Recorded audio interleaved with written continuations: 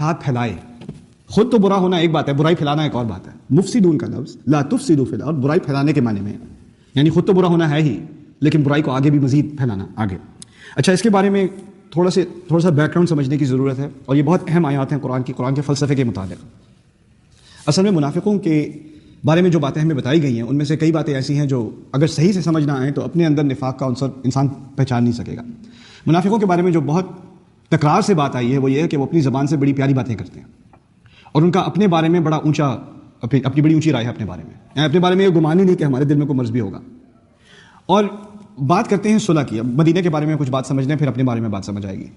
مدینہ میں جب رسول صلی اللہ علیہ وسلم گئے ہیں تو ایک تو دشمن مکے میں ہیں, دوسرا ابھی نئے تعلقات قائم ہوئے ہیں یہودیوں کے ساتھ, پھر اوس اور خزرج کے ساتھ تعلقات قائم ہوئے ہیں. اس کے علاوہ ابھی 6 مہینے کے اندر بدر کا موقع آنے والا ہے, اور یہ آیات اسی زمانے کی ہیں, شروع کے زمانے کی ہیں. ابھی یہ کانفلکٹ آنے والا ہے مکے والوں کے ساتھ, بدر کا موقع آئے گا. اس دوران مدینے والے کچھ جو منافق لوگ ہیں وہ کہتے ہیں کہ ہمیں لڑنے کی کیا ضرورت ہے,